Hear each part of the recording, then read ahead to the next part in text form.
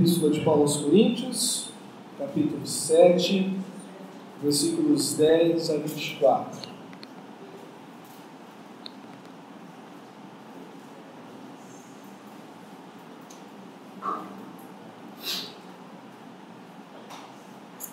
Coríntios 7, 10 a 24.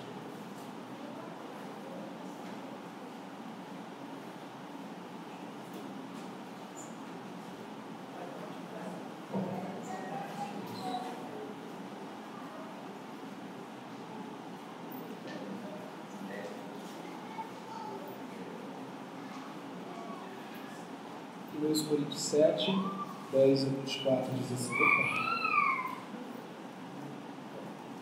Preciso fechar aqui.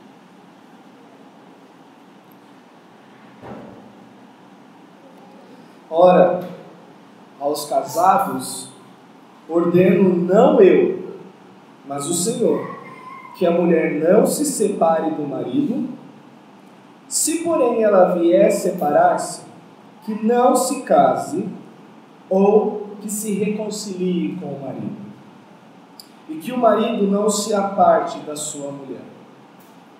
Aos demais digo eu, não o Senhor: se algum irmão tem mulher incrédula, e esta consente em morar com ele, não a abandone.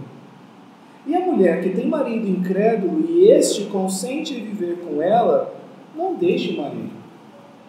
Porque o marido incrédulo é santificado no convívio da esposa, e a esposa incrédula é santificada no convívio do marido crente. De outra sorte, os vossos filhos seriam impuros, porém agora são santos. Mas, se o descrente quiser apartar-se, que se aparte. Em tais casos, não fica sujeito à servidão, nem o irmão, nem a irmã. Deus vos tem chamado à paz. Pois como sabes, ó mulher, se salvarás o teu marido? Ou como sabes, ó marido, se salvarás a tua mulher? Ande cada um segundo o Senhor lhe tem distribuído, cada um conforme Deus o tem chamado. É assim que eu ordeno em todas as igrejas. Foi alguém chamado estando incircunciso? Não desfaça a circuncisão. Foi alguém chamado estando incircunciso? Não se faça circuncidar. A circuncisão em si nada é. A incircuncisão também nada é, mas o que vale é guardar as ordenanças de Deus. Cada um permaneça na vocação em que foi chamado.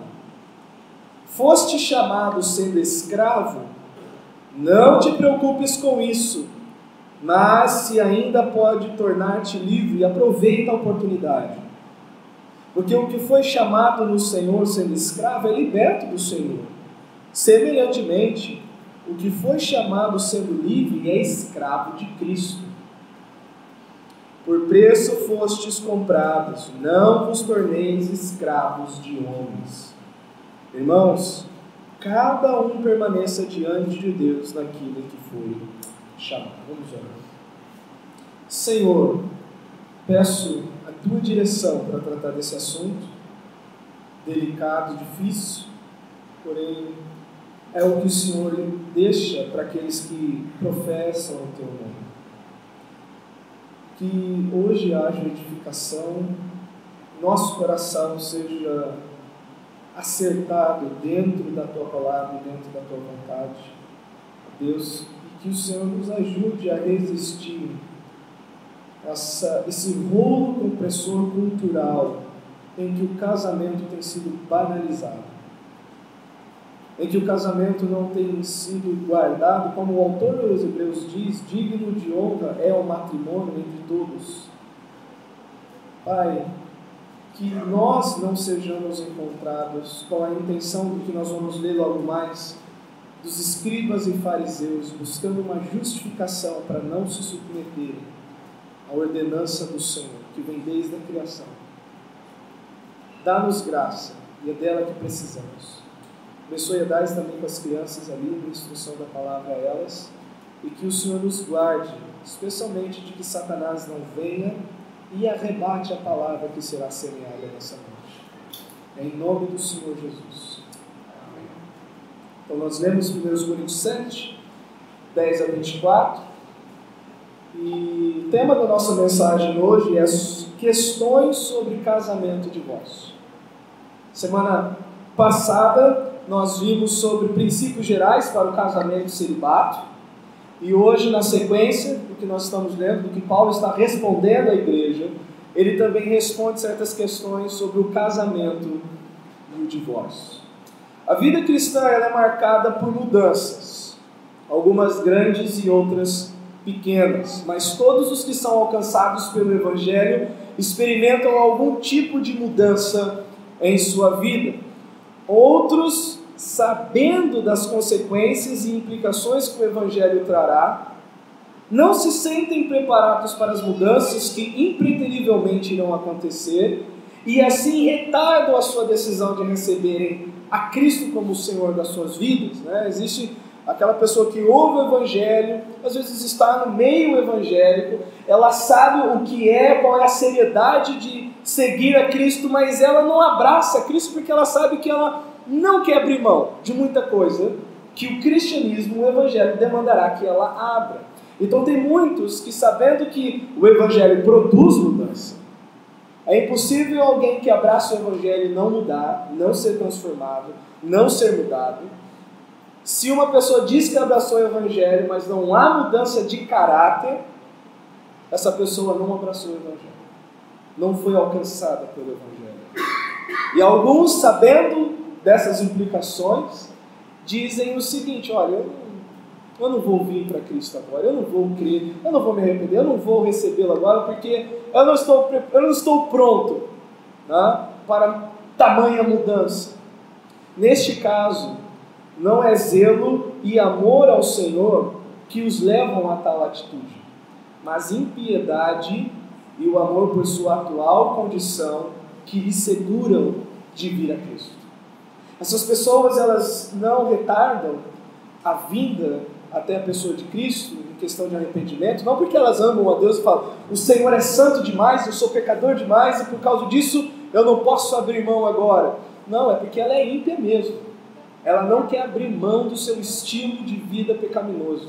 Ela não quer mudar de direção, ela não quer ter um Senhor sobre a vida dela. É bem comum a pessoa no início da caminhada cristã ter dúvidas sobre qual é a vontade de Deus para a sua vida em determinadas áreas onde não lhe passava pela cabeça mudar. A pessoa, quando chega para Cristo e ela realmente se converte e ela começa a perceber como que o Evangelho traz implicações em determinadas áreas da sua vida, e ela começa a ter aqueles conflitos, aquelas crises, e ela sabe que ela precisa mudar. Mas em determinadas questões ela não tem todo o conhecimento ou toda a visão de qual é a vontade de Deus em áreas em que essa pessoa se encontra em dúvida. E essa pessoa agora, ela tem o desejo de proceder dentro da vontade de Deus. É isso que nós estamos lendo no capítulo 7 de 1 Coríntios. Paulo, do capítulo 1 ao capítulo 6, ele trata de problemas que chegou ao seu conhecimento. Vários problemas que a igreja estava experimentando. Do capítulo 7, é como se, na hora que ele estava escrevendo a carta para a igreja, imagina ele escrevendo a carta, e aí ele tira da sua túnica lá, no bolsinho da túnica, a carta que ele recebeu da igreja, e ele começa a ler as dúvidas e dificuldades que a igreja de Corinto estava tendo. Se você pegar o versículo 1 do capítulo 7, quanto ao que me escrevestes. E aí ele tira essa carta e agora ele começa a ler e fala: a igreja está com dúvida até onde o Evangelho muda a família. Até que ponto o Evangelho deve ser levado em questões familiares, em permanecer ou se separarem. E aí ele começa a responder. E na primeira porção da sua resposta, ele está lidando com um pensamento errôneo que estava começando a ganhar terreno na igreja de Corinto, que era o seguinte: olha, não é bom que o homem toque mulher. E os casados, e Paulo até fala assim, é bom mesmo que o homem não toque mulher, se ele tem domínio próprio. Porque se ele não tiver domínio próprio, é bom que ele se case. E aí ele fala sobre a normatividade do casamento e a exceção que é o celibato. E aí depois ele começa a trabalhar que ele tomou conhecimento que certos casados estavam tendo esse pensamento dentro do casamento, ao ponto de privarem o cônjuge do ato sexual. E aí no versículo 5 ele diz: não vos priveis um ao outro. E a ideia do imperativo é porque deveria ser um mandamento mesmo, porque estava acontecendo isso na igreja. Ou seja, é bom pensar no celibato, mas isso não se aplica para quem é casado. Vocês têm uma dívida de um para com o outro, e vocês pertencem um ao outro, e se o casamento não for desenvolvido dentro do padrão de Deus, Satanás vai operar. Ele vai tentar vocês. Se vocês querem se abster do ato sexual, que seja porque vocês concordam, mútuo consentimento, que seja para se dedicar em alguma atividade espiritual, para a oração, e que tenha um tempo determinado pelos dois, porque senão Satanás vai entrar e vai bagunçar. E aí no versículo 10, agora até o 24, ele vai tratar uma questão mais específica a respeito do casamento. A Bíblia não é um livro exaustivo. O que isso significa? Ela não aborda todos os assuntos que possam existir. A Bíblia não é um livro exaustivo, ela não é uma enciclopédia, ela não tem a obrigação de permear e cobrir todos os possíveis assuntos que possam existir debaixo do céu. Não é a intenção de Deus nesse sentido. Porém, a Bíblia é suficiente para conduzir o cristão em uma vida de santidade e obediência que resulta na glória de Deus. Você talvez vai procurar certos assuntos e não vai ver os autores tratando. Mas se você quiser viver uma vida de santidade para Deus, ela é suficiente. Ela tem tudo para você. A ideia principal dessa passagem, a ideia central desses 14 versículos é a seguinte: o Evangelho não visa primariamente mudar nossas circunstâncias externas, mas sim nosso caráter. O foco do Evangelho não é mudar as circunstâncias externas como alguns pregam aí. Venha para Cristo e você vai ficar rico, venha para Cristo e você não vai ter doença, venha para Cristo e todas as coisas ao seu redor vão acontecer. Não é esse o foco. O foco do Evangelho é mudar o nosso caráter. Não se trata de quem está do nosso lado, mas se estamos fielmente ao lado daquele que nos chamou, e Deus nos tem chamado à paz. Esse é o pensamento principal desse trecho. O primeiro cenário que Paulo trata dentro das dúvidas que a igreja tinha é o seguinte: o divórcio é permitido para casais onde ambos são crentes? Essa é a primeira questão que Paulo vai tratar aqui. O divórcio é permitido para casais onde ambos são crentes? Versos 10 e 11. Esse é o primeiro cenário que Paulo vai tratar. Ora, aos casados ordeno não eu, mas o Senhor, que a mulher não se separe do marido. Tem alguma tradução que traz abandonar? Que a mulher não abandone o seu marido? Porque tem um trocadilho de palavras aqui no original, tá? A primeira ideia é que a mulher não abandone, que ela não saia, que ela não dê as costas, que ela não pegue as malas dela e vá embora de casa. Verso 11: se porém ela vier a separar-se, que não se case, ou que se reconcilie com o marido, e que o marido não se aparte, e aí o termo literalmente é divórcio, que o marido não se divorcie da sua mulher. Então Paulo está tratando do caso legal e do caso não legal. Paulo está falando que não é para dar na telha de ninguém: olha, eu vou sair de casa e vou te deixar aqui, e o outro: olha, eu vou me divorciar de você. E a segunda questão que Paulo está dizendo aqui é o seguinte: é Cristo quem está falando isso, é o Senhor da igreja quem está ordenando, não sugerindo. Tá? Então, para quem é essa ordenança? Nós temos 3 passos para lidar nesse primeiro cenário. E hoje eu peço que você tenha paciência, porque talvez hoje seja um pouquinho mais longo do que o normal o nosso culto. nosso sermão, mas eu não queria quebrar essa explicação e ficar até o verso 16 e deixar o verso 17 para a semana que vem, porque isso é um bloco só, é um pensamento só. Para quem serve essa ordenança? Aos casados, onde ambos estão no Senhor. Por quê? Porque no verso 12 ele vai dizer: aos mais digo eu, não o Senhor, que se algum irmão tem uma mulher incrédula, ele muda o cenário. O primeiro cenário é de casal, é de um homem e uma mulher que estão casados e ambos são salvos. E por isso é a ideia que ordena o Senhor.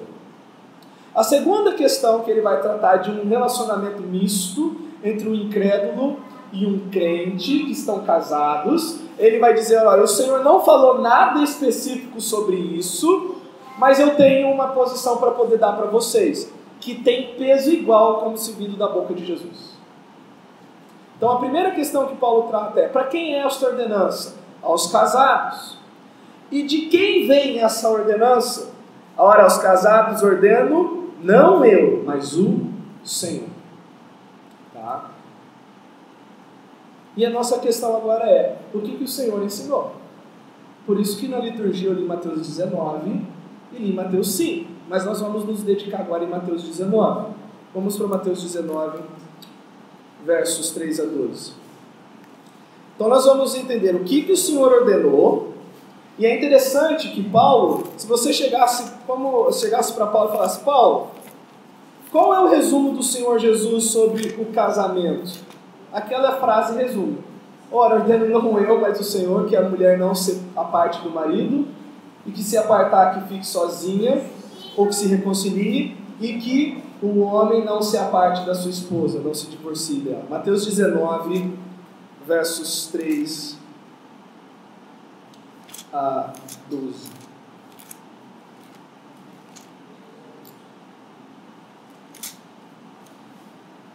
O contexto é: Jesus, ele é meio que tentado, uma tentativa de colocá-lo na parede.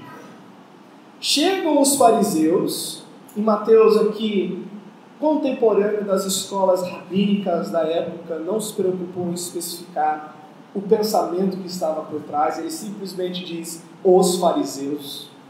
Eu sei que se você se debruçar para estudar esse tema, por exegetas, historiadores, eles vão sempre trazer essa escola de Hilel e Shammai, um mais liberal e um mais conservador, mas vamos nos ater ao que temos aqui.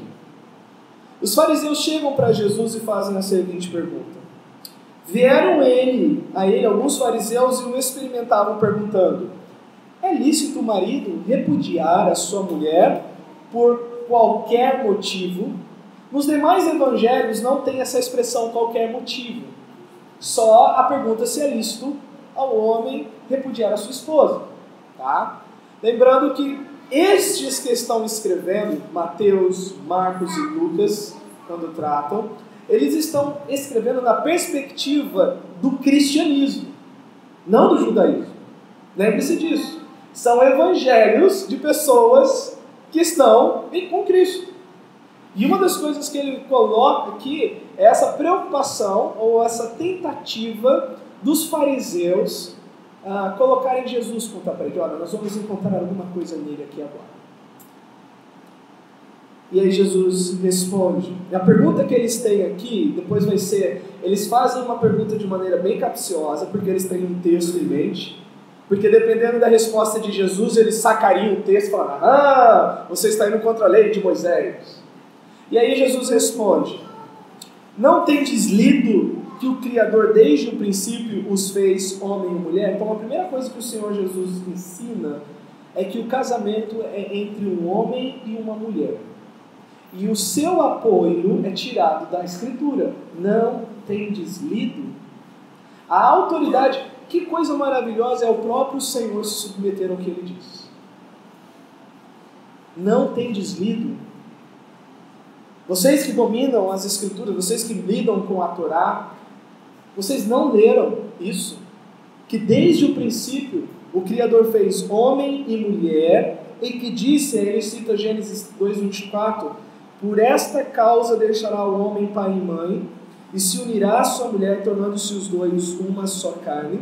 Então a segunda questão é, casamento entre um homem e uma mulher, e o casamento implica em que os dois se tornam uma só carne. Paulo resume tudo isso naquele texto de 1 Coríntios 7. Não separe o homem, não separe a mulher, que se separarem, que fiquem sozinhos ou que se reconciliem. Ele resume toda essa conversa nesse princípio. E aí ele vai dizer o seguinte: de modo que já não são mais dois, porém uma só carne. Portanto, isso é uma conclusão do que é o ensino da criação. Portanto, ele está concluindo.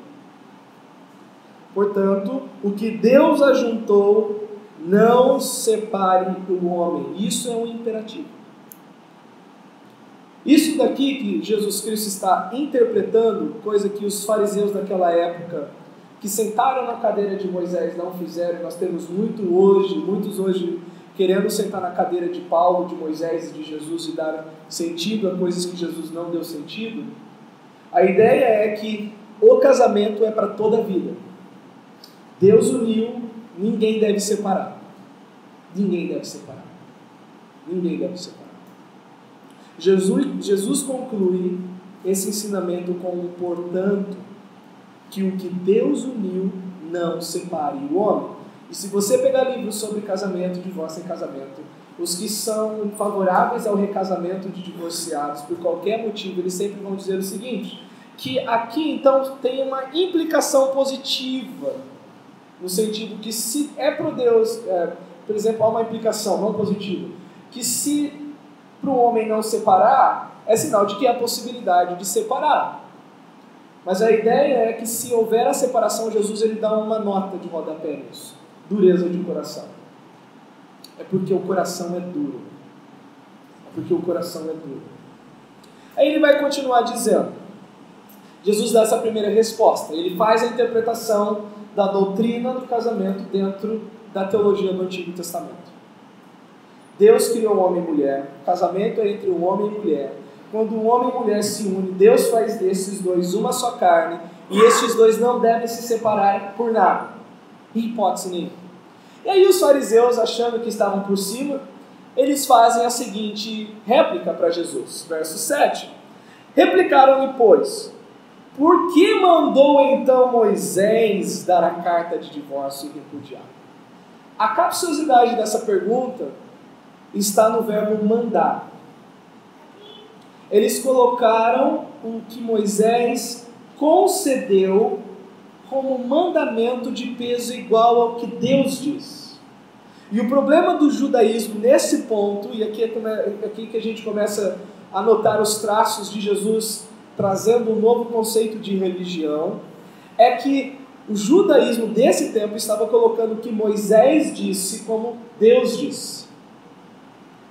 É como Jesus cita Deus, e ele cita Moisés. Esse equivale hoje ao seguinte, nós citamos a palavra, e a pessoa, mas o reformador fulano de tal disse isso. Calvino, Armínio, Lutero, Spru, MacArthur, fulano, Beltrano, Ciclano disse isso.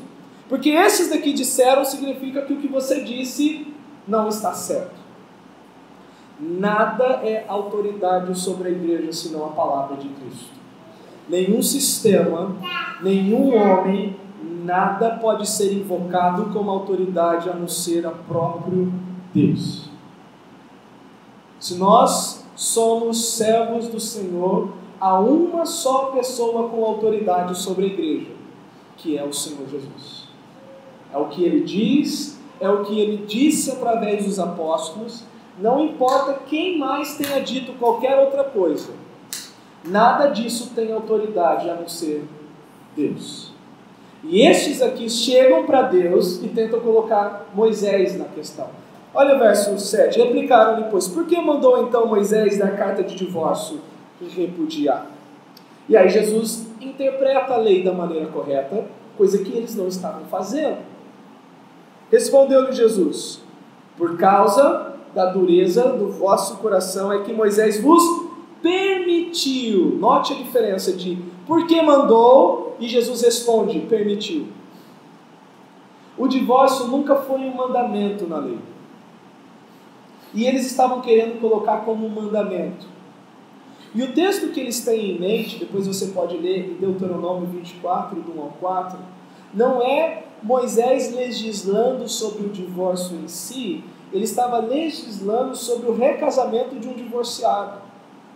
Que se alguém achasse coisa indecente, e no caso era o homem que iniciava o divórcio, ele desse carta de divórcio para essa mulher, ela fosse e se casasse com outro homem, e o segundo homem assim também a aborrecesse, o primeiro que deu a carta de divórcio, ali é o mandamento, não deveria voltar para casar com essa primeira mulher, porque isso era abominação diante de Deus.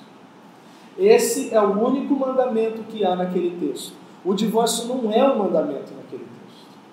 Jesus diz que o divórcio é uma concessão, e a concessão é por causa da dureza do coração.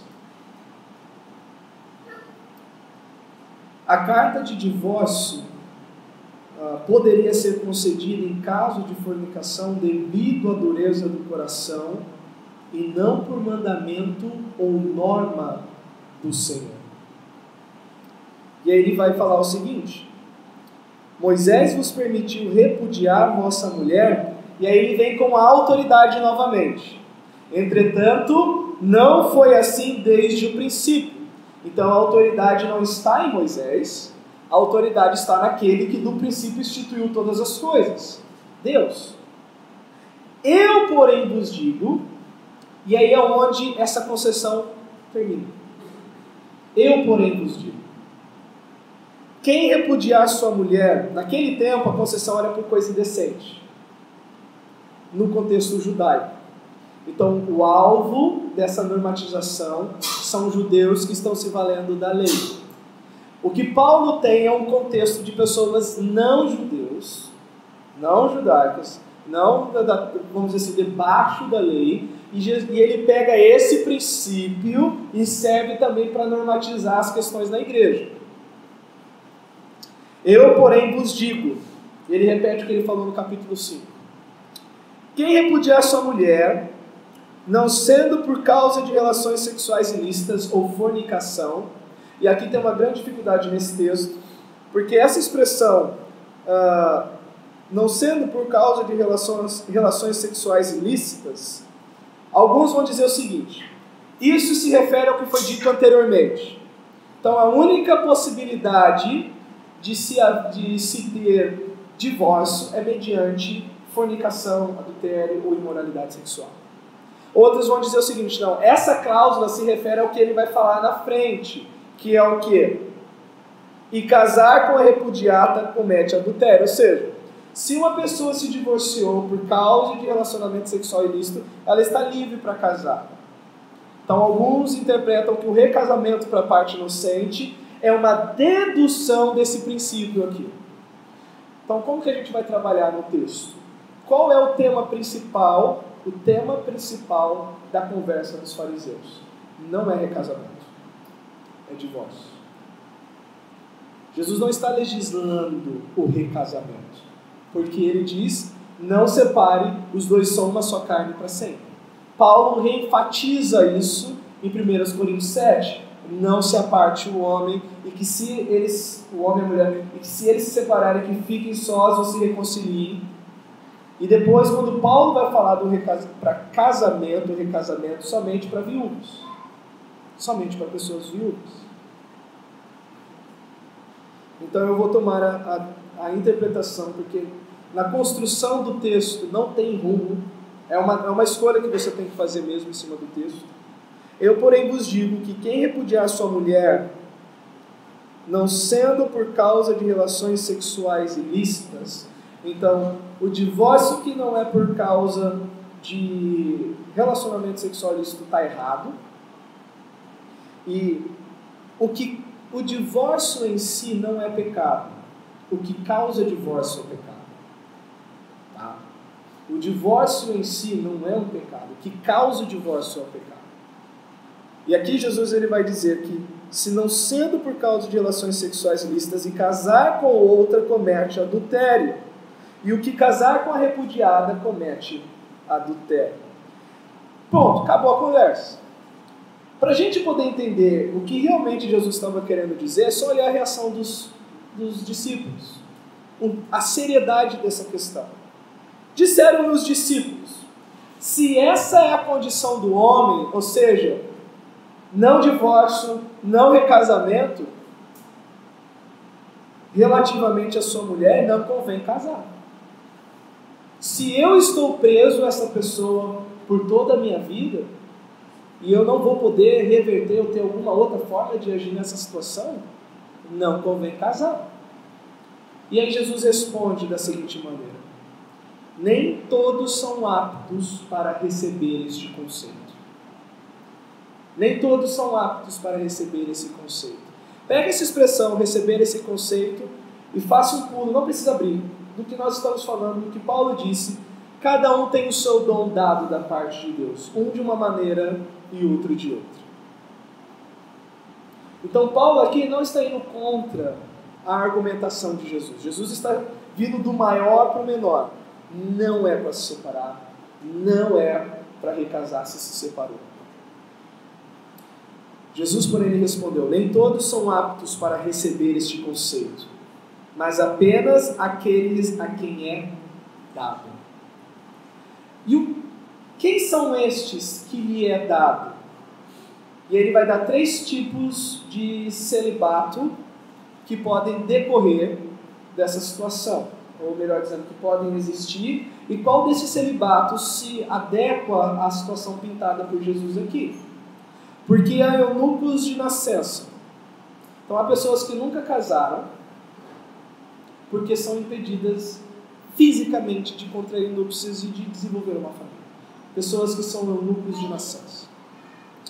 Há outros a quem os homens fizeram tais. E nisso ele está pensando daqueles homens que cuidavam dos haréns, dos reis, príncipes e por aí vai. E há outros que a si mesmos se fizeram eunucos, que abraçaram esse conceito e que entenderam essa posição que Jesus explicou. E há outros que se fizeram eunucos por qual motivação?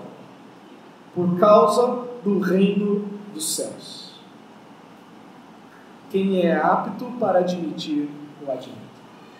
Paulo resume esse ensino, agora você pode ir lá para 1 Coríntios 7, naquelas 2 frases. O que o Senhor ordenou? Em qualquer lugar, para qualquer época, para qualquer cultura: não separe o homem de sua mulher, e que se separarem, que fiquem sozinhos para que se reconciliem. Mas lembre-se, ele está tratando aqui o caso de irmãos em Cristo. Tá? Eu sei que eu não vou ter tempo agora para tratar diversos outros casos. Por exemplo, se você era incrédulo, se divorciou na incredulidade, casou na incredulidade e veio para a igreja, os seus pecados foram perdoados, vai e não peques mais. Simples assim. Simples assim. Tá? Se você fez todas essas coisas no seu tempo de ignorância, no seu tempo de incredulidade, da maneira como o Senhor te chamou, que é o que nós vamos ver no final, permaneça como você está. Mas o caso aqui, onde se torna extremamente pecaminoso, é de cristãos, sabendo da normativa bíblica, que se separam e que se casam sabendo o que Deus disse. Nesse ponto é adultério. Nesse ponto é adultério. O judaísmo havia retirado qualquer diferença da ordenança do Senhor da ordenança de Moisés. E Jesus vem e coloca o pingo no i. Moisés concedeu, mas Deus ordenou. Ponto, acabou. E eu estou aqui ordenando o seguinte. E ele acaba com aquela concessão de Moisés por repudiar, por ver coisa indecente. E ele diz: somente em caso de adultério, somente em caso de relacionamento sexual ilícito. Jesus dá um ponto final na concessão dada por Moisés. E os discípulos entenderam isso. Os dois se tornam uma só carne. Casamento é para toda a vida. Divórcio somente em caso de imoralidade sexual, onde a fornicação é uma forma delas. Recasamento de ambas as partes constitui adultério. A reação dos discípulos resume bem o quão impactante é esse ensino. Eu não ensino isso tirando ou deixando de levar em conta toda a dor que envolve um casamento cheio de problemas. Eu não deixo de levar em conta isso. Mas quem quer seguir a Jesus tem que negar a si mesmo, tomar a sua cruz e seguir. Seguir a Jesus implica que vai nos custar alguma coisa, por causa do reino, por causa do nome dele. Quais são as implicações do ensino do Senhor no que Paulo trouxe aqui? Vamos ver novamente o que Paulo fala, versos 10 e verso 11. Ora, aos casados ordeno não eu, mas o Senhor, que a mulher não se separe do marido. Então é uma ordenança. Se, porém, ele vier a separar-se, que não se case, ou que se reconcilie com o marido. E no final, essa doutrina da reconciliação vai fazer parte da argumentação de Paulo. Nós temos o ministério da reconciliação, nós somos chamados à paz. E que o marido não se aparte de sua mulher. As implicações do ensino do Senhor na perspectiva de Paulo. Tendo em vista que o Senhor ensinou, Paulo resume o ensino de Cristo da seguinte forma. Simples. A mulher não deve abandonar seu esposo. O esposo não deve se divorciar da sua esposa. Caso isso ocorrer, que não se casem para que possam se reconciliar. Que fiquem só, para que possam se reconciliar. Crentes caminham para a reconciliação e não para a inimizade. E isso é uma ordenança. Não é o João Vitor que está falando isso. Ordeno não eu, mas o Senhor. Qualquer pregador, em qualquer época, pode ler essas palavras sem medo de errar. Ordeno não eu, João, mas o Senhor. Tal ensino, qual é a parte prática desse ponto? Tal ensino é visto como duro demais, não porque nossa sociedade é mais moderna do que a do tempo de Jesus. Então olha para trás e diz, aquilo lá era de uma sociedade não muito desenvolvida. Eram leis de um povo nômade que viveu no deserto, selvagem. A dureza desse ensino não está porque nós somos modernos demais, mas é porque o homem em todas as épocas se afastou do padrão de Deus para a família. Não é porque essas coisas, para nossa leitura de sociedade hoje, e com as inúmeras formas de possíveis casamentos que existem, você pode casar com uma boneca inflável, com um bichinho lá de um personagem do videogame, outros querem casar com um animal, já estão dando nome para os animais, né? Fazendo carteira, RG para o animal. Não é porque essas coisas hoje estão proliferando, mas é porque o homem está muito distante de Deus. Quanto mais distante de Deus, mais duras as coisas parecem ser. Porque o apóstolo João diz que os mandamentos de Deus não são penosos. Aprendei de mim, pois sou manso e humilde de coração. Tomai sobre vós o meu jugo, porque o meu jugo é suave e o meu fardo é leve. Mas para aqueles que estão do lado de Jesus, sustentados por Jesus, amparados por Jesus, revestidos de Jesus. Qual é o segundo cenário que Paulo trata? O primeiro é de crentes que ouviram o Evangelho e pensam que agora eu quero separar. Não, fiquem e façam isso ser para a glória de Deus. Mas ele tem um segundo cenário na igreja. O divórcio é permitido para casais mistos, a saber, um crente e um incrédulo.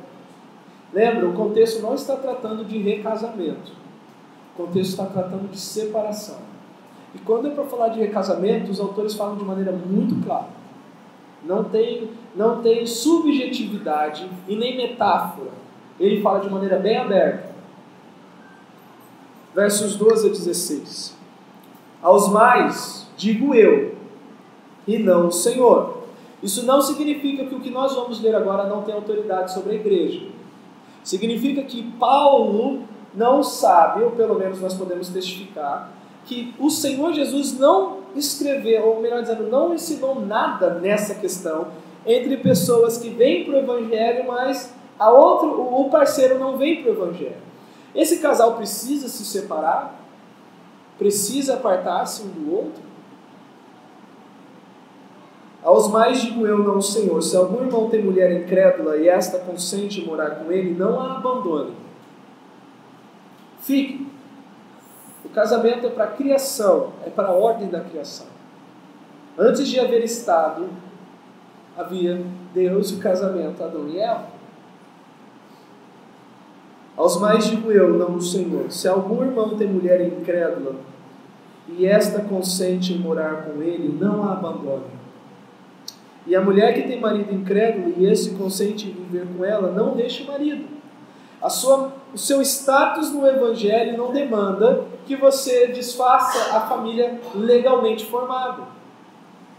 Não precisa abandonar naquele sentido. E uma das coisas que a preocupação é, Paulo fala, por exemplo, de não andar com os imorais, de não ter comunhão entre luz e trevas. Nos versículos anteriores, no capítulo 6, ele fala de unir-se à meretriz. Então, alguns poderiam estar preocupados com o seguinte: será que o meu casamento com o incrédulo seria expor o corpo de Cristo a estas coisas? E Paulo está aqui normatizando o seguinte: nesse contexto, não.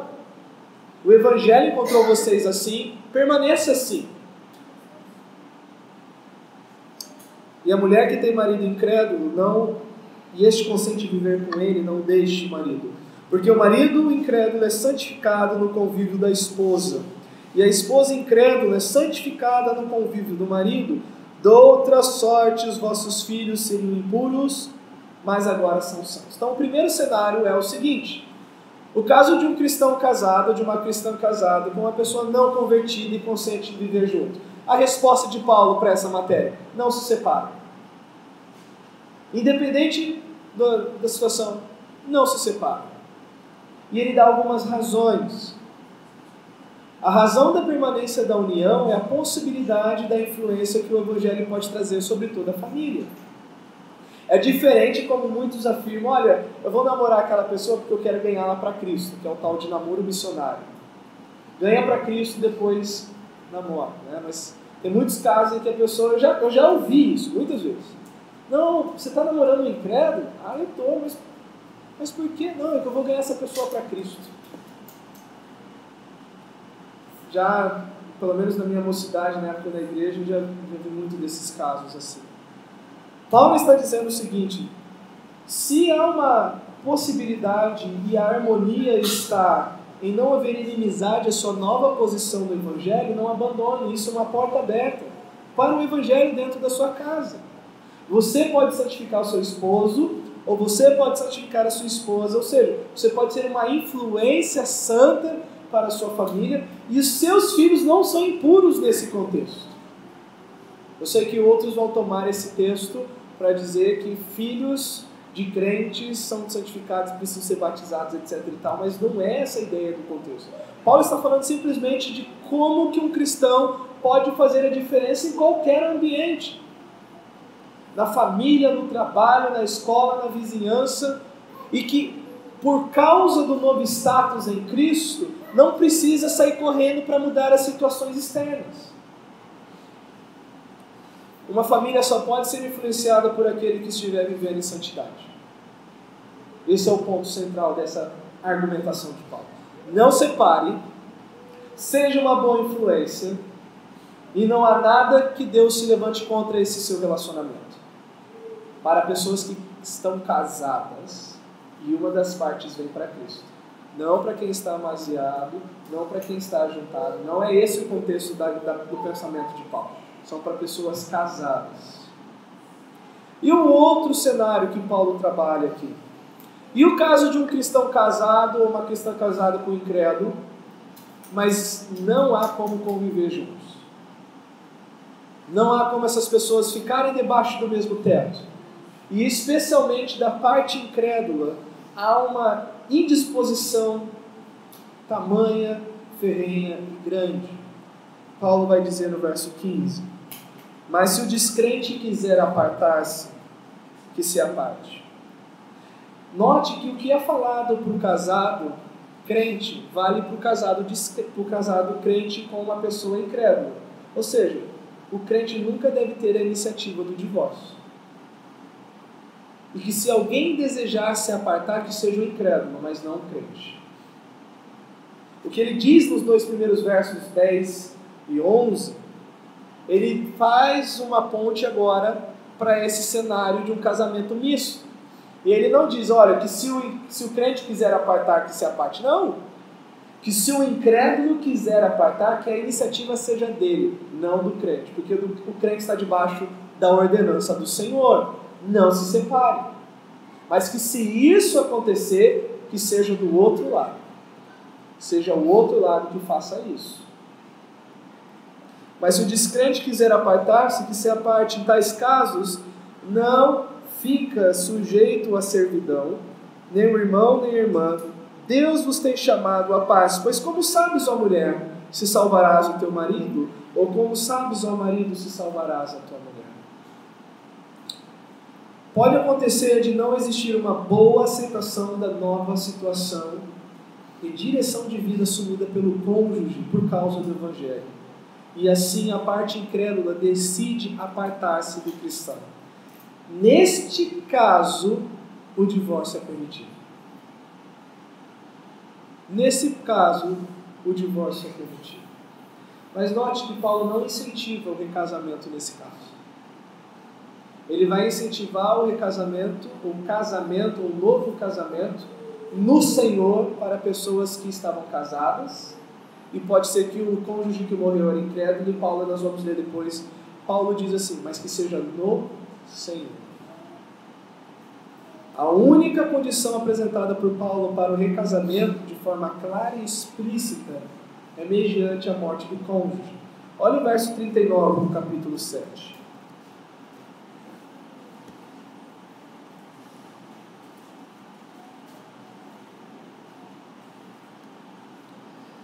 Vamos ler o verso 39 e 40. A mulher está ligada enquanto vive o marido.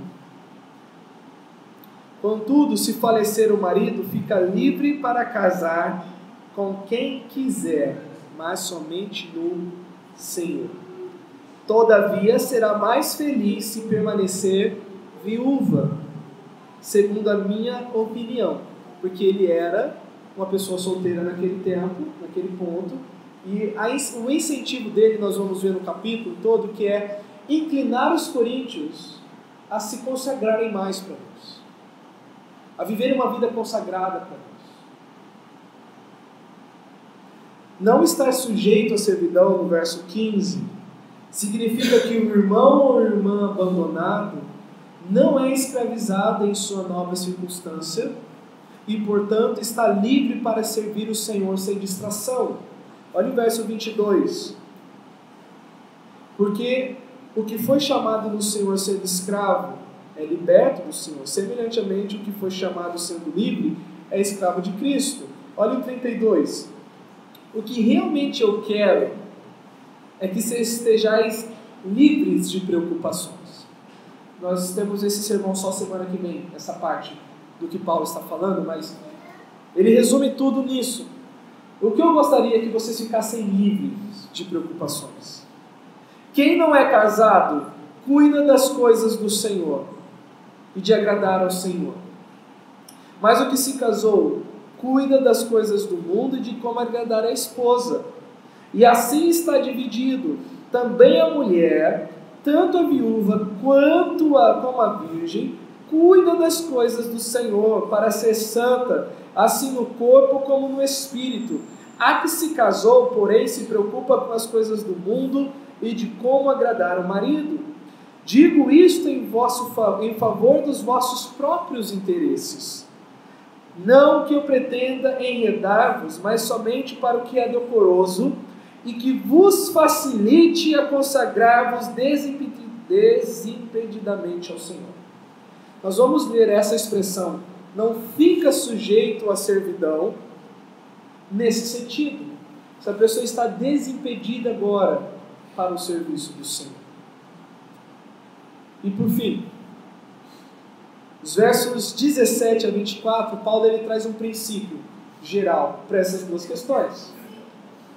Se a pessoa ouvindo Paulo, lendo Paulo, olha, ainda eu estou em dúvida, Paulo, o que eu tenho que fazer? Então Paulo traz um princípio padrão agora. Versos 17 a 24. Qual o princípio?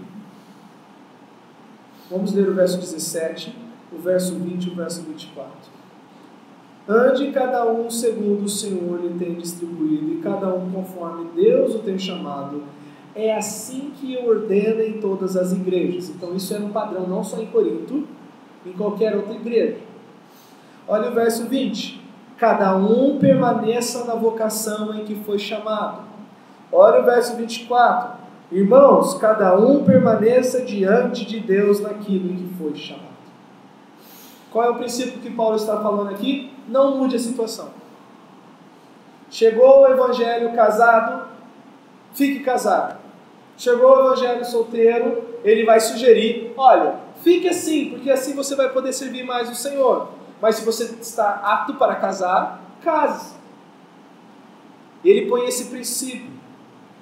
E o princípio é paz e contentamento no Senhor. E ele traz duas ilustrações desse princípio. O verso 18 e o verso 21. Foi alguém chamado, estando circunciso? Ele traz tanto um exemplo religioso quanto um exemplo civil ou social. Foi alguém chamado estando circunciso? Não desfaça a circuncisão. Foi alguém chamado estando incircunciso?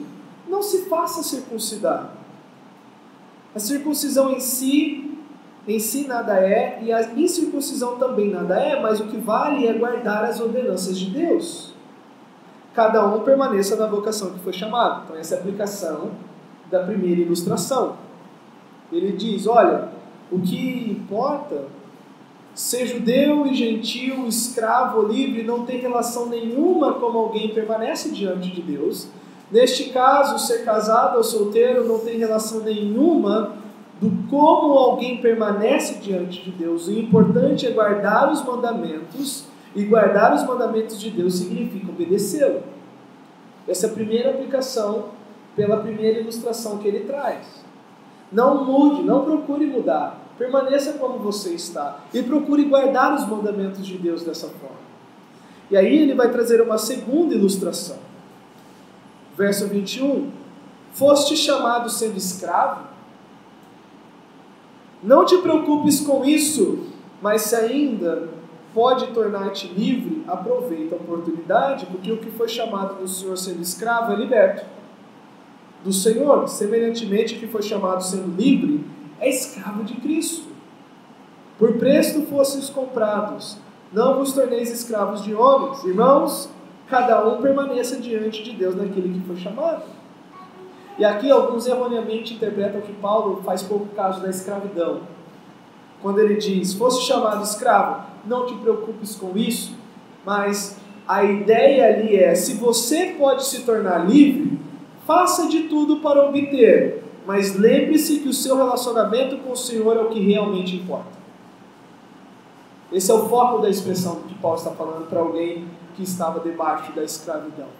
Novamente, o seu status social não é o que determina a sua posição diante de Deus, mas é a sua obediência aos mandamentos de Deus. Todo cristão é escravo de Cristo, pois Cristo comprou-o para si. Pois fostes comprados por preço. Somente a Cristo estáis sujeitos. Toda a nossa vida pertence a Deus e não aos homens. Devemos servir a Deus na situação que estamos, até que Ele nos chame para outro lugar. Então, o que nós vamos concluir de tudo que nós vimos hoje aqui? Primeiro, nossas vidas devem ser orientadas à luz do Senhor. Quando o Senhor orienta a nossa caminhada, teremos um trajeto de paz e contentamento. Ordeno não eu, mas o Senhor. Não há paz para aqueles que estão fora da vontade de Deus. Você pode ter o dinheiro do mundo, você pode ter a casa do mundo, você pode ter a melhor casa, você pode estar no melhor lugar, mas se você é um cristão fora da vontade de Deus, você vai experimentar o inferno aqui.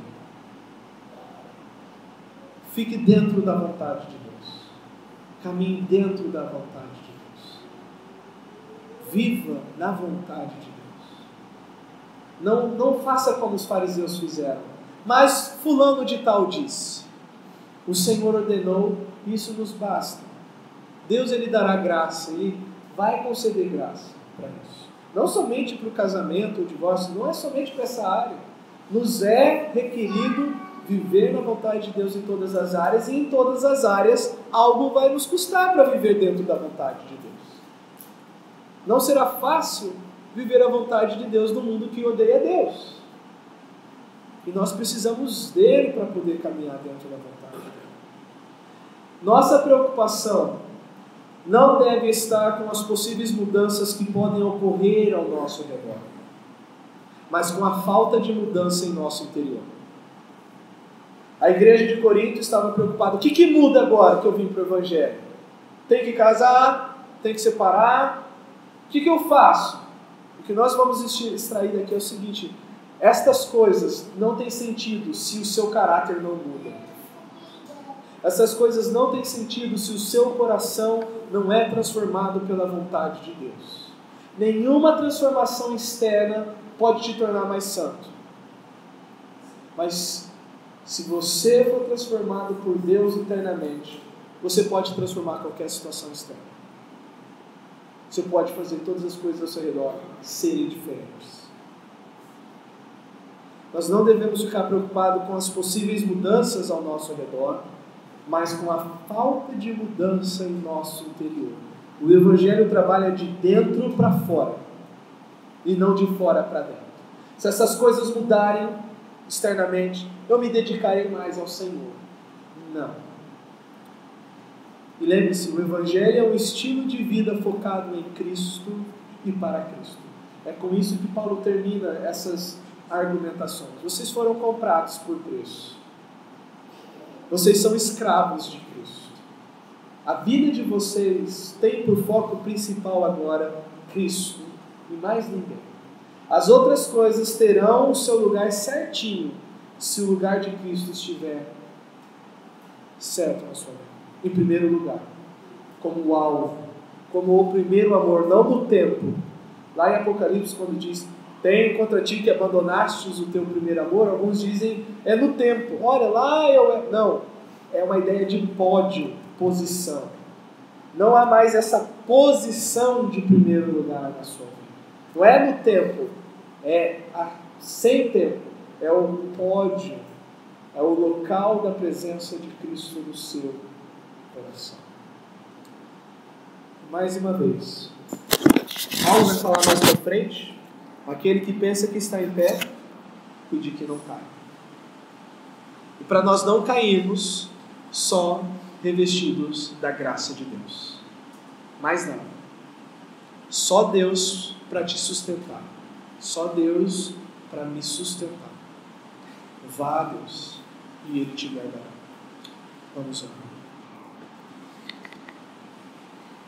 Senhor, nós podemos às vezes até agir com um coração duro e mau diante da palavra do Senhor. Mas a dureza não está na sua palavra, mas é no que Jesus mesmo disse, é no nosso coração. Jeremias diz que a sua palavra é fogo e martelo que esmiuça a penha. Que nenhum de nós tem um coração tal como uma penha, uma rocha, uma pedra, que precisa ser quebrantado pela sua palavra, esfarelado pela sua palavra. Ajuda-nos a caminharmos sabendo que nós somos frágeis. Satanás espreita a todo momento. Os teus mandamentos não são penosos. E que constantemente nos é pregado em que devemos escolher entre obedecer e ser feliz. E que não é possível fazer as duas coisas para o Senhor. Que se nós te obedecermos, nós não seremos felizes. Mas se nós quisermos ser felizes, é às custas da obediência ao Senhor. Livra-nos de tal mantra satânica no nosso coração, Senhor. A nossa felicidade está em Ti. E em Ti somente.